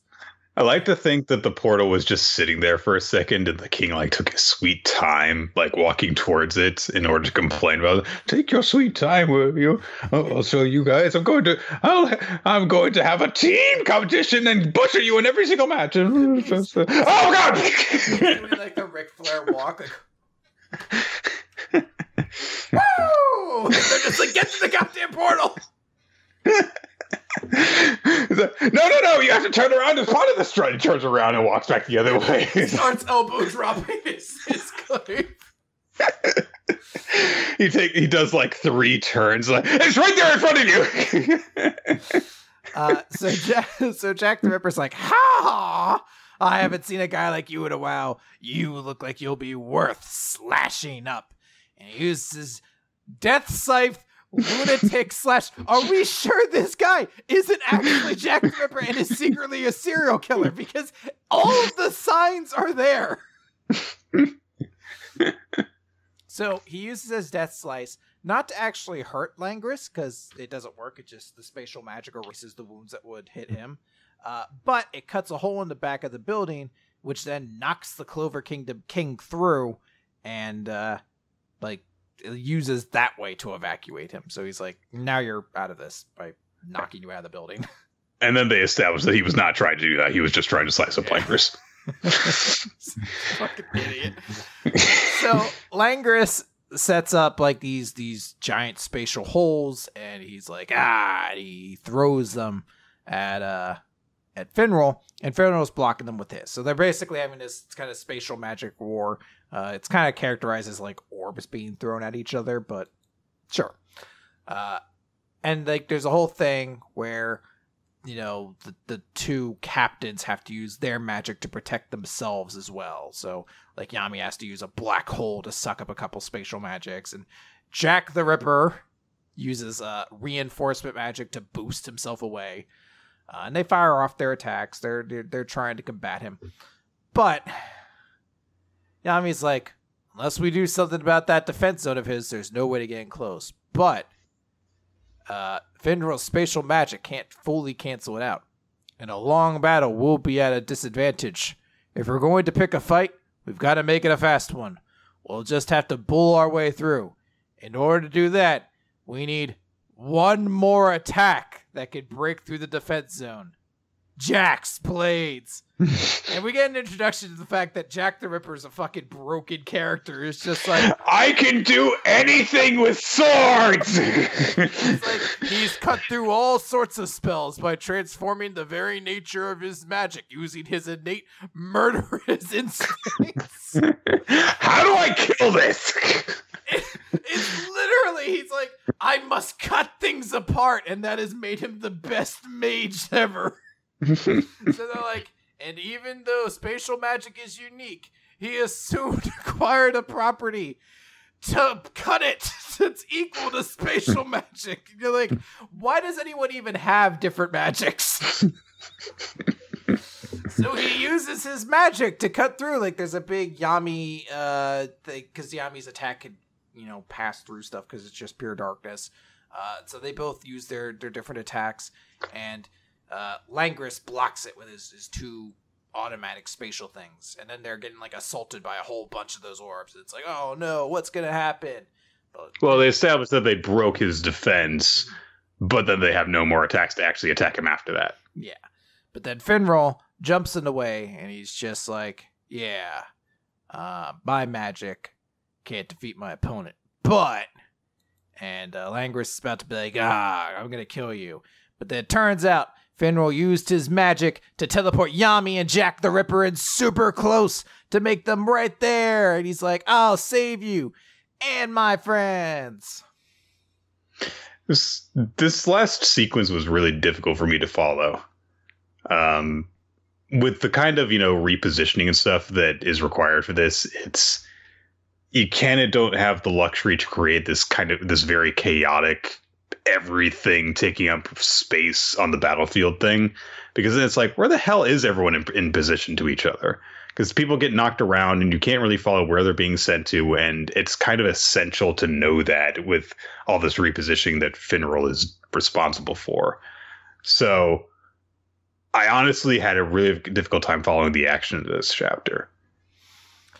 Yeah, there is a difficulty there. I think part of that too is innately just that like spatial magic shouldn't have like a physical representation to exist in that same kind of way. So like a lot of the times when you're seeing stuff, it's just kind of like generic orb sort of stuff at times. So it's tough to kind of see what's happening with all that at points. I don't know. I think the thing that people are saying that this is brought up before about Jack's blades, but it really does just kind of strike into that similar thing that's like, Black Clover's characters are all so fucking like, everyone could do everything. It's tough to like feel like there's much tension in these moments when it's just like, oh, how do you fight against a guy who can erase everything he touched? It's like, because my magic can cut that magic now. And I'm like, oh, I guess like 5 people can do that now. Okay. Doop-a-doop. All right, let's move on to One Piece. 923, Emperor of the Sea, Kaido versus Luffy. Last time, Luffy got really mad. Last time, Luffy got really mad at Kaido because he thought that he had killed his friends by blowing up Oden Castle. So he punched him with his elephant gun and knocked Kaido head first into the ground while he was still in his dragon form. So this time, people kind of just observed the fallout from that for a little bit. People are running away from all the destruction that this has caused because a massive dragon has just fallen into town. Shuten Maru is kind of observing stuff from a distance at this point, and he's like, all right, everyone retreat, because I've got a bad feeling about what's going to happen here. Luffy starts rushing off towards Oden Castle, wanting to go check on his friends, and he's like, please, they've got to be okay. But he comes across Speed, the centaur woman from before that left with Otama. And he's like, hey, what's going on? Where's Tama? You took her home, right? And she says, along the way, Lord Kaido spotted me, and I fought hard, but I couldn't protect Master. And so now, on top of his friends being dead, Luffy thinks that Kaido has killed Otama.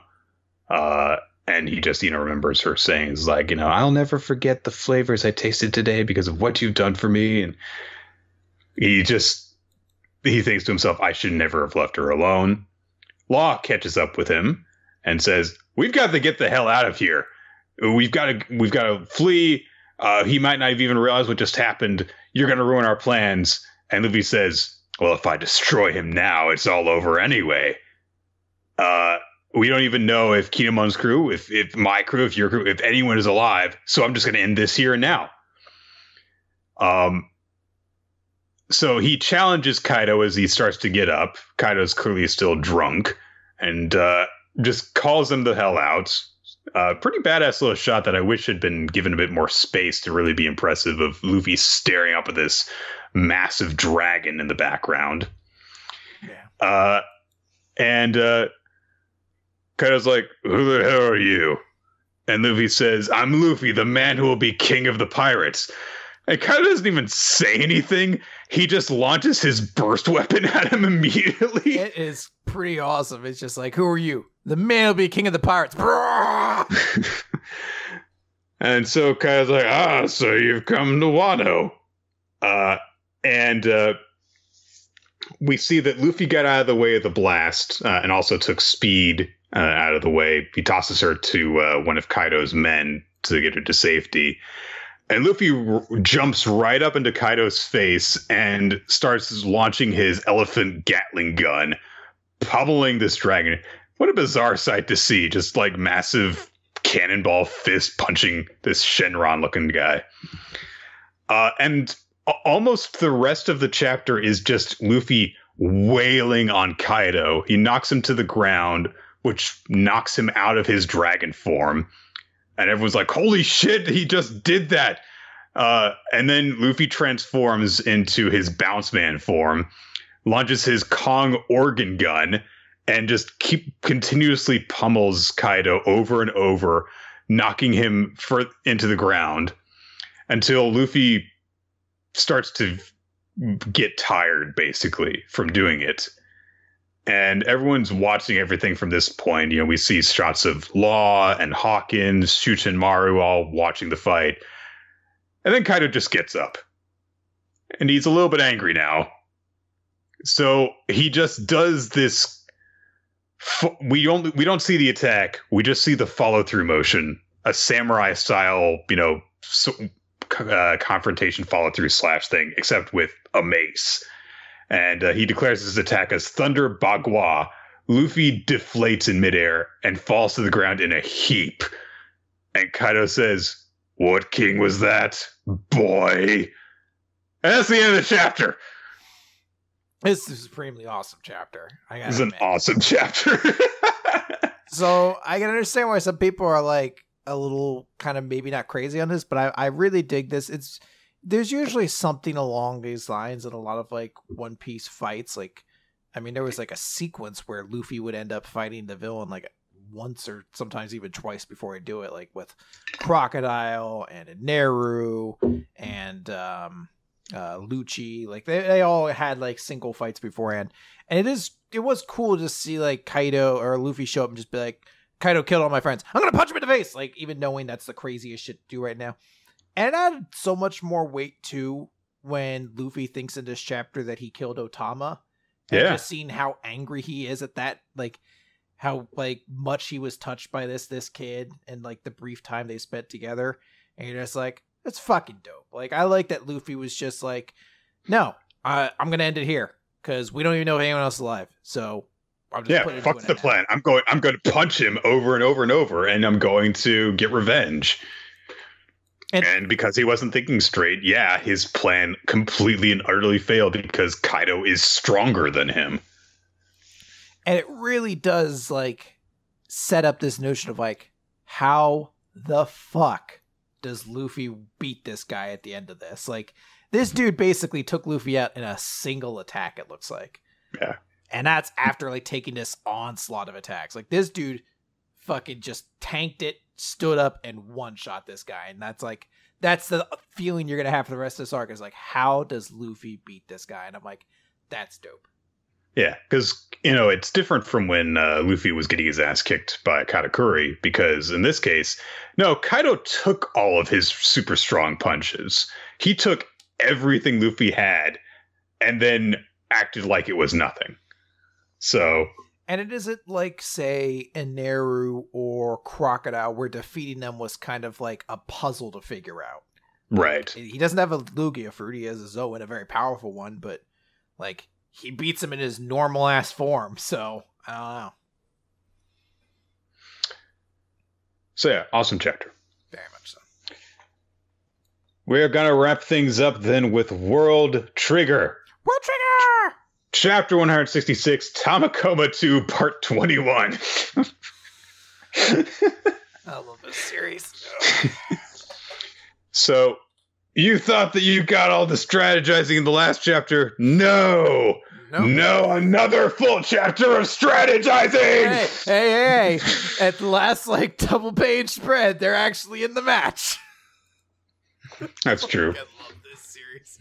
By the way, I've been rereading the series proper to this point, and I forgot how fucking amazing the Akuma Squad introductions are when it's these giant strategy meetings, and they keep cutting between Akuma, OG Squad and Tamakoma actually going through strategy, and breaking. You know what I like? Eggplant curry. And it's like a cut over, and it's just like they're having deep strategy. It cuts over to their squad. And Akuma's just like, I like they have a super cute girl on their squad. That's very cool. I don't know if we're going to be in trouble if I have to fight her. It's just and then it cuts back. It's just the spider strategy may not work this time. We need to figure out a new way. Chica really needs to, use her power from a distance. And it cuts over. And he's just like, what food's the cafeteria serving today? It's I love this squad. Oh, God. So...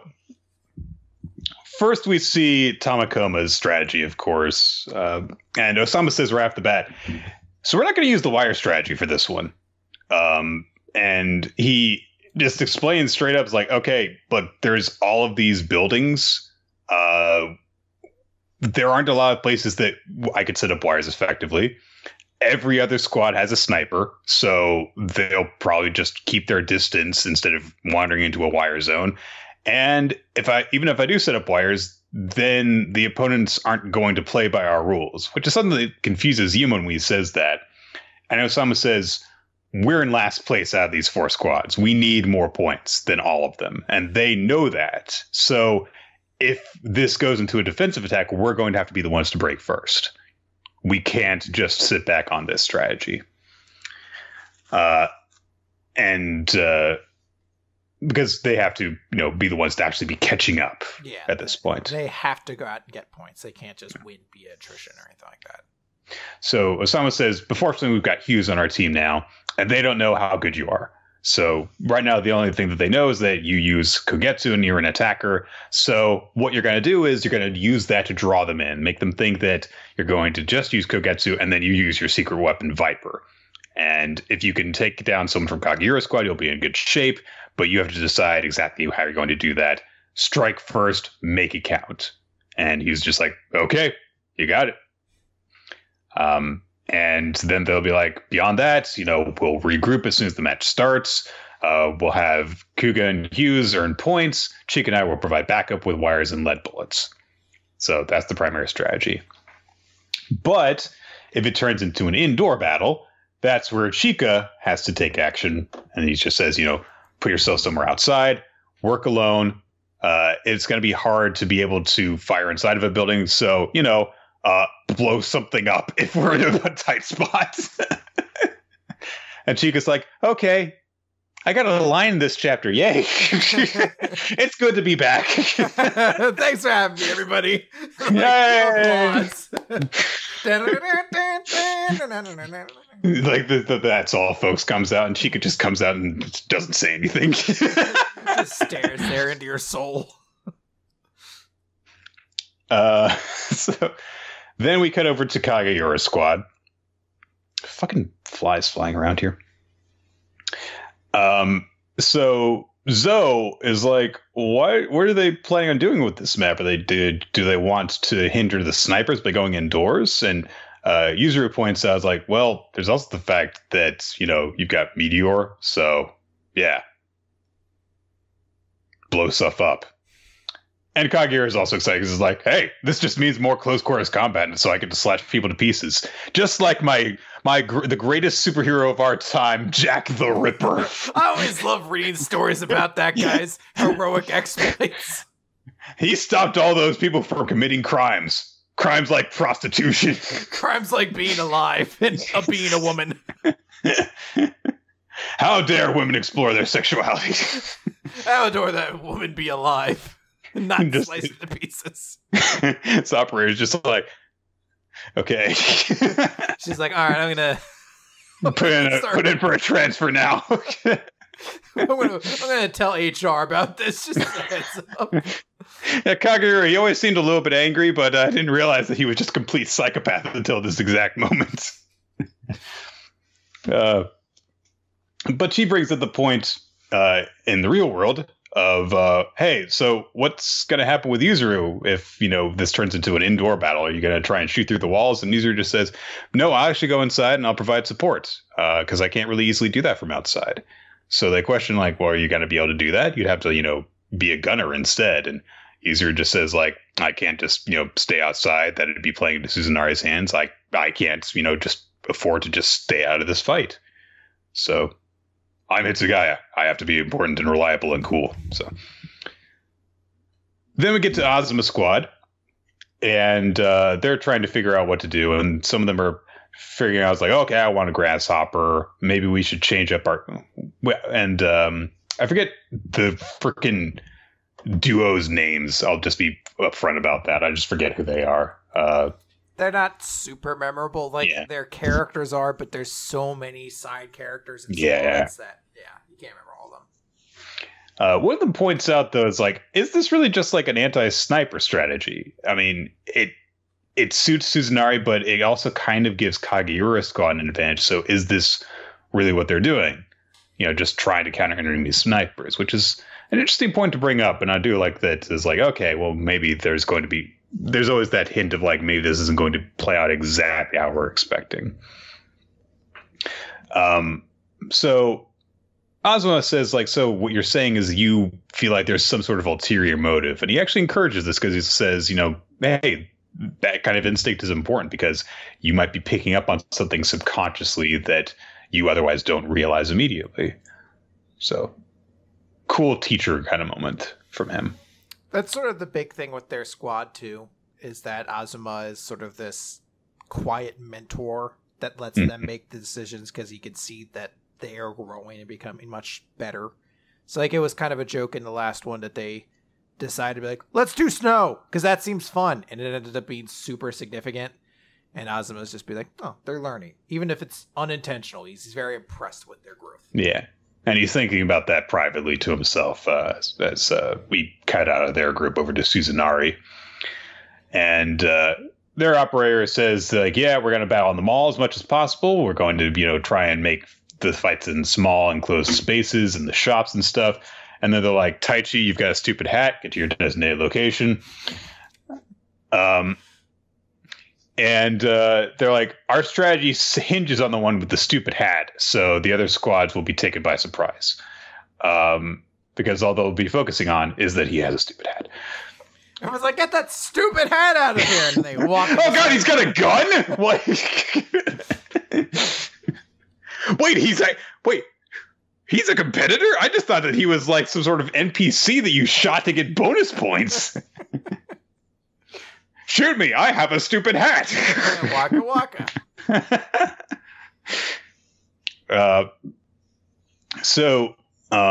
But they say like, okay, it's important that the rest of you chip in though, because this is only going to work so many times if we just rely on Taichi's stupid hat. So they're like, all right, we're gonna do this, and everyone transmits into the match. Big old cityscape, cool wide shot. Cityscape set at night. And that's something that Ozma takes especially notice of, like, it's at night, huh?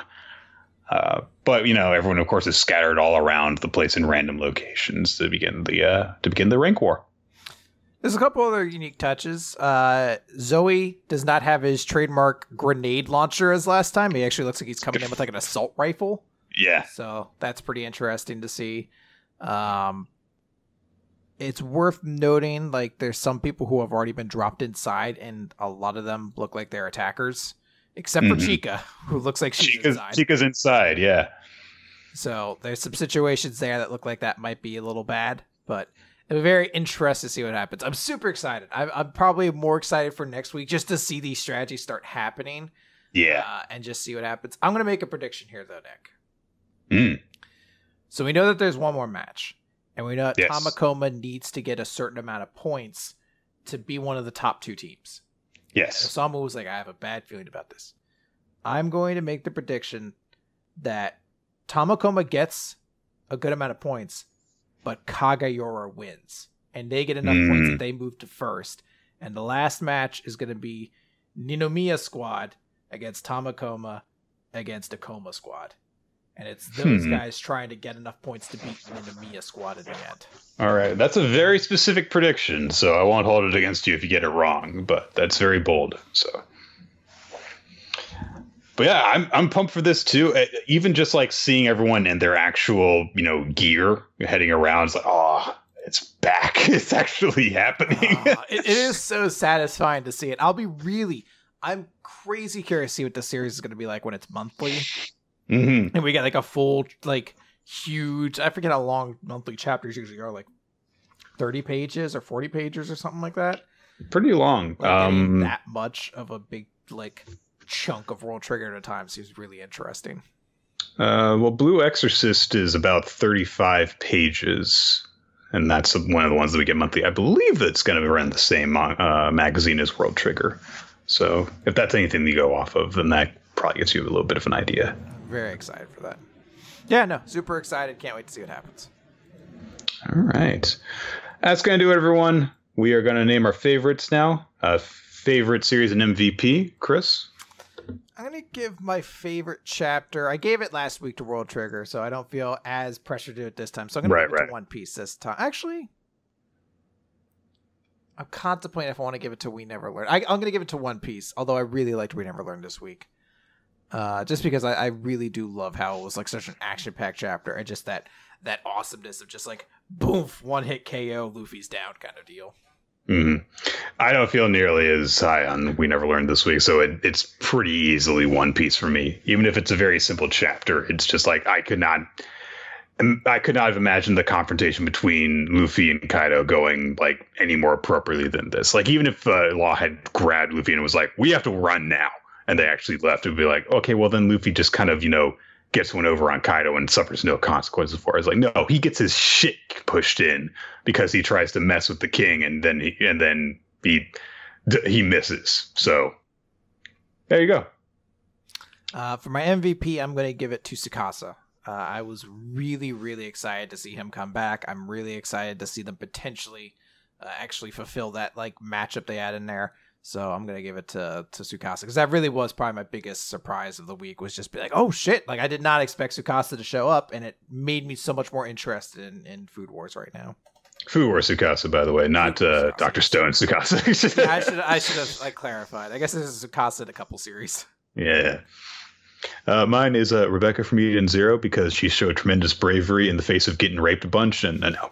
she struggled around all cute like when she was tied up. It was very erotic. A+. Oh God. I don't know, honestly. You could give it to the great hero Jack the Ripper. I could. Honestly, I might even give it to Black Clover's King for just having the most memorable, funny moment in the chapter.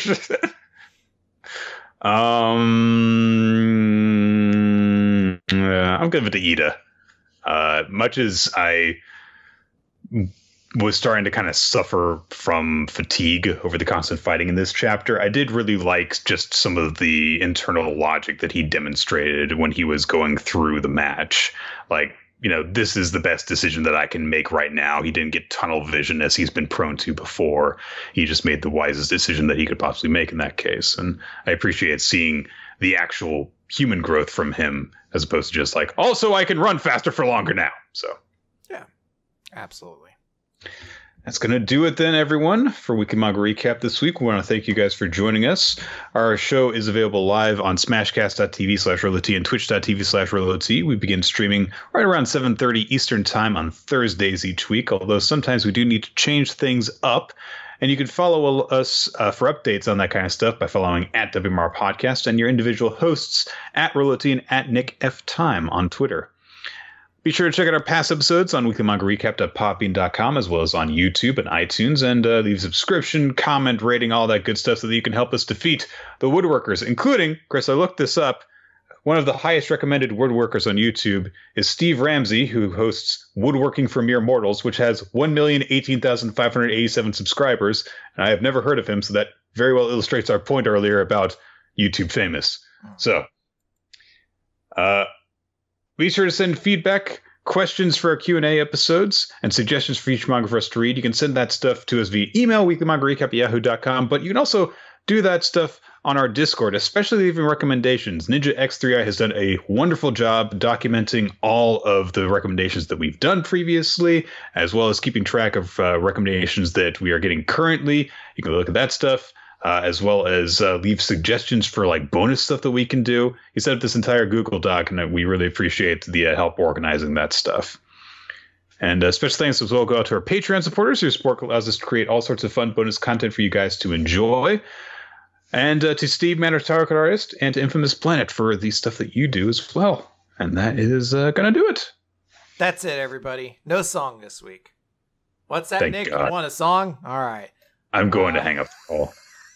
I didn't even get to tell anyone what song I was going to do. No, I don't need to hear it. Somebody once told me. Well, maybe I can hear that one. You're like, well, if it's a classic. Well, if it's all-star.